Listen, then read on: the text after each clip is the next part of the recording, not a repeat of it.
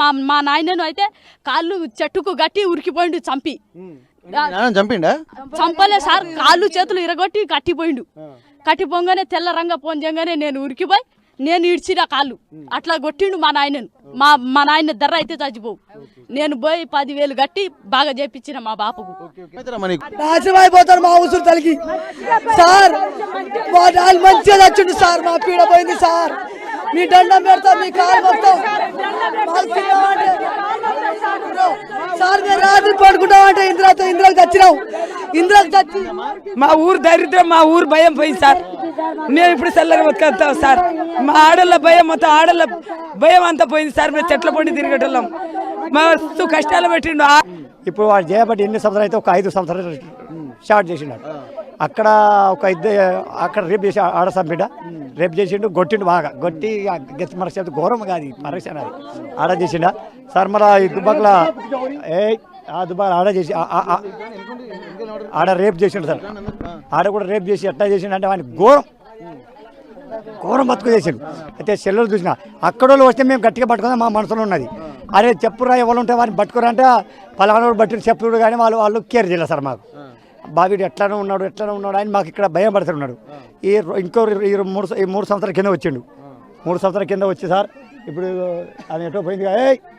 అయ్యా వెళ్ళి ఇప్పుడు ఆమె రేపు చేసిండా. ఫస్ట్ ఈడ వంగరాగానే ఆమెకి ఈయన గుంజిండు, పెద్ద ఆమె గుంజిండు. ఫస్ట్ అయ్యా కొట్టిండు, పన్న పోయిండు. వాడేమో పన్న అంటాడు, ఈమెమో పన్ను అంటాడు. ఇక అట్లా అని ఇక చెప్తే కాతి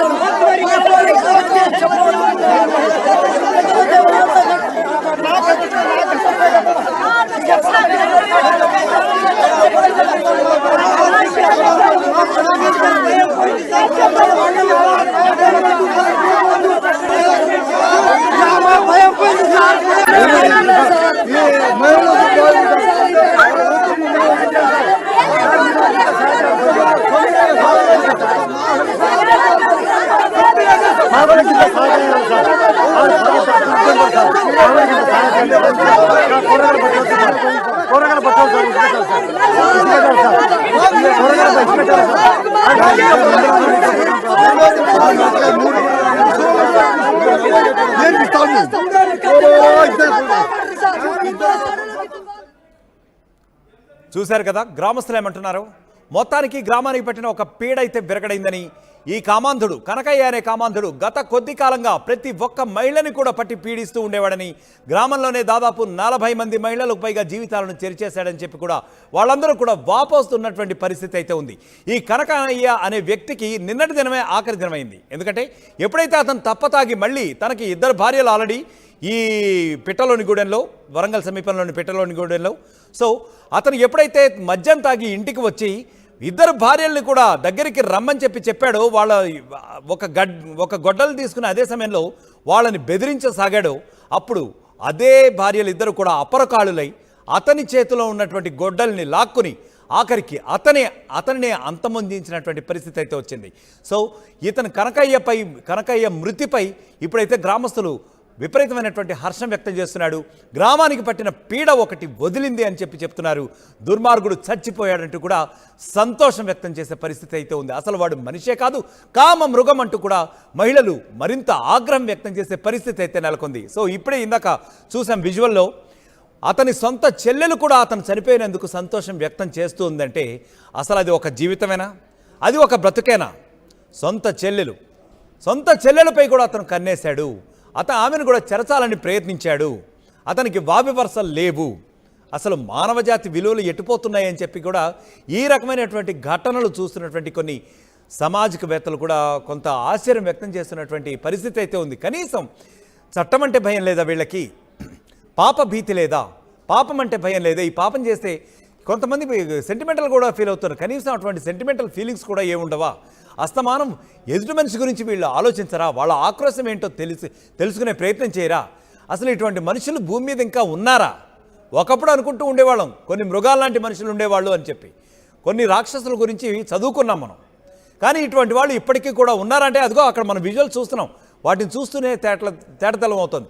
ఒక దీపావళి లాంటి సంబరం అంతా కూడా చేసుకుంటున్నారు. ఎందుకంటే గ్రామానికి సంబంధించినటువంటి ఒక కీచకుడు, ఒక నరకాసురుడు లాంటి వాడు, ఒక రాక్షసుడు లాంటి వాడు చంపబడ్డాడు. ఒక కామ మృగం అనేవాడు చంపబడ్డాడని చెప్పి అదిగో ఆ గ్రామస్తుల కళ్ళల్లో ఇప్పుడు ఆనందం. ఒక పీడ విరగడైపోయింది అని చెప్పి వాళ్ళు చూడండి ఎంత పొల్లుదన్నాలు పెట్టి మరి ఇందాక నుంచి కూడా వాళ్ళు అప్పటి నుంచి కూడా ఎంత సంబరాలు చేసుకునే పరిస్థితి అయితే ఉందో. వాడికి ఆడది కనిపిస్తే కథమే అంటూ కూడా ఆవేదన వ్యక్తం చేసుకుంటూ వచ్చారు. ఇంతకాలం భరిస్తూ వచ్చాను సార్, ఆఖరికి తన 2 భార్యల చేతుల్లోనే అతను ఖతమైపోవడం మాత్రం మాకు ఒకంత ఆనందాన్ని ఇస్తోంది. ఇహ నుంచి అయినా మేము కాస్త ఫ్రీగా తిరుగుతాం గ్రామంలో అని చెప్పి వాళ్ళందరూ కూడా అనేక రకమైనటువంటి సంతోషం ఇప్పుడు వ్యక్తం చేస్తున్న పరిస్థితి అయితే ఉంది.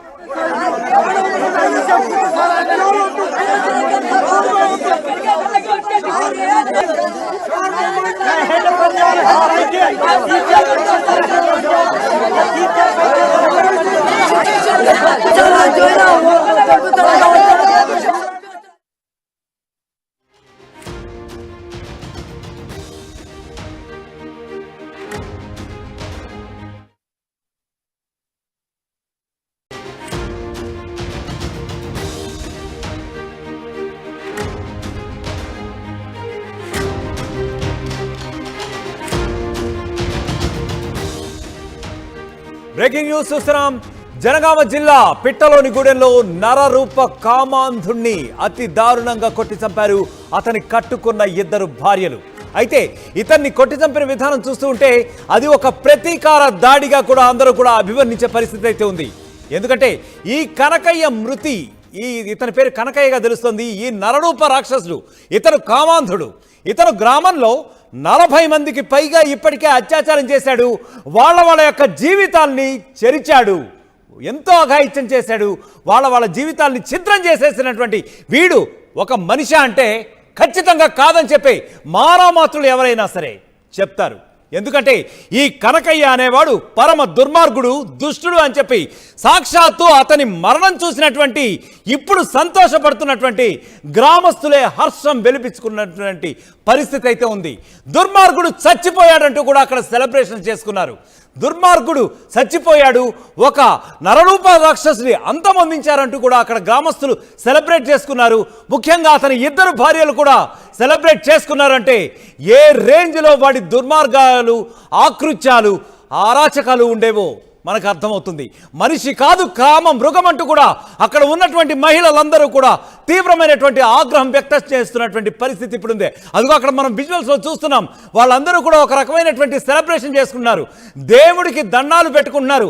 ఒక దరిద్రుడు, అష్టదరిద్రుడు, దుర్మార్గుడు, ఒక కామ మృగం అంతమయ్యాడంటూ. అంటే ఇంతకాలం కూడా ఆ గ్రామంలో ఉన్నటువంటి మహిళలు నోరు తెరిచి చెప్తే ఎక్కడ తమ పరువు పోతుందో, తమ కుటుంబం పరువు పోతుందో, తమ భర్తలు ఎక్కడ దూరం అయిపోతారో అని చెప్పి ఎంత ఆక్రోశాన్ని వాళ్ళు ఎంత నొక్కి పెట్టుకున్నారో, దిగమింగుకుని బ్రతుకుతూ ఉన్నారో కూడా మనం అర్థం చేసుకోవచ్చు. 40 మంది రాట. అసలు వాడు మనిషేనా?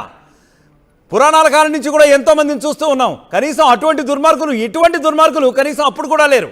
ఎంతో మంది ఇటువంటి కీచకులు, అసలు ఇట్లాంటి కీచకులు ఇప్పటికీ